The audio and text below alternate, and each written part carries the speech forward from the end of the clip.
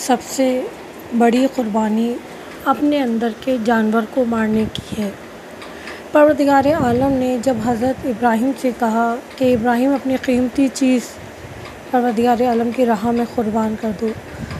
अज़ीज़ों, औलाद वो नेमत है कि जिसके लिए माँ बाप अपनी कुल कायनात लुटाने के लिए तैयार रहते हैं, यहाँ तक कि अपनी ज़ात को भी ख़त्म कर देते हैं अपनी औलाद की हिफाजत के लिए, अपनी औलाद को परवान चढ़ाने के लिए, अपनी औलाद के बेहतर मुस्तक़बिल के लिए, उसकी सेहत और तंदुरुस्ती के लिए वालिदैन अपने आप को मिटा देते हैं। उनकी सबसे कीमती चीज़, सबसे अज़ीज़ चीज़ जो है वो औलाद है।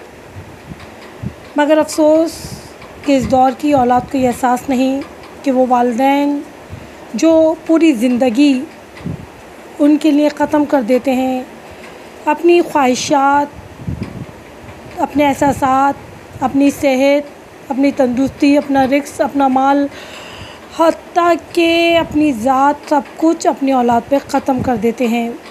मगर वो औलाद अपने वालिदैन की हकीकत को नहीं समझती, वो औलाद अपने वालिदैन के मर्तबे को नहीं समझती। जब परवरदिगार आलम ने हज़रत इब्राहीम से कहा तो जब आप हज़रत इस्माइल को क़ुरबान करने के लिए गए, देखिए हज़रत इस्माइल को जब क़ुरबान करने के लिए गए यानी हज़रत इब्राहीम ने अपने नफ्स को मारा, यानी औलाद थी, औलाद की मोहब्बत थी, मगर उसके आगे उन्होंने परवरदिगार आलम की मोहब्बत को मुक़द्दम जाना, परवरदिगार आलम के मर्तबे को मुक़द्दम जाना। उन परवरदिगार आलम के लिए अपने बेटे को क़ुरबान करने चले। ये थी मोहब्बत जनाब इब्राहीम की परवरदिगार आलम से। तो दोस्तों, जब हम क़ुरबानी करते हैं तो सिर्फ़ क़ुरबानी दिखावा नहीं है कि बड़ा जानवर लाएं और उसको क़ुरबान कर दें और जहाँ से गोश्त आया उन घरों में गोश्त बाँट दें। जो बेचारे गरीब सफ़ेद पोश अपने घरों में जो कभी सालों में या कभी गोश्त नहीं खाते, हम उन तक गोश्त नहीं पहुँचा पाते, बल्कि अपने फ्रीज़रों में और डीप फ्रीज़रों में गोश्त भर देते अपने घर।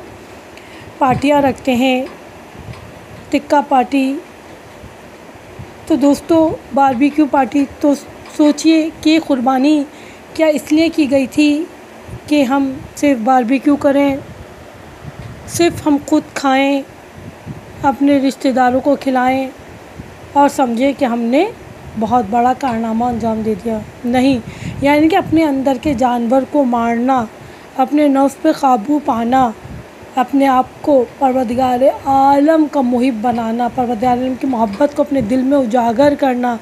क़ुरबानी जब आप जानवर लाते हैं, उसको प्यार करते हैं, उस पर रहम करते हैं, उसको खाना खिलाते हैं, तो आपके अंदर हमदर्दी का जज्बा पैदा होता है। क्योंकि आप जब ला के उसको रखते हैं, उसके ख़्याल करते हैं, तो जब वो कट रहा होता है तो आपका दिल, आपको एक तकलीफ़ महसूस होती है। यही एहसास आपका, यही हमदर्दी आपका, यही जज्बा आपका, यही चीज़ चाहिए परवरदिगार आलम को। वो जानवर नहीं चाहिए, बल्कि आपके अंदर जो तब्दीली आई, वो मोहब्बत, वो प्यार, वो खुलूस चाहिए परवरदिगार आलम को। बस दुआ करते हैं बारे इलाहा हमें वो मोहब्बत, वो हमदर्दी, वो खुलूस पैदा कर दे जो तू चाहता है। हमें अपना सच्चा चाहने वाला बना दे।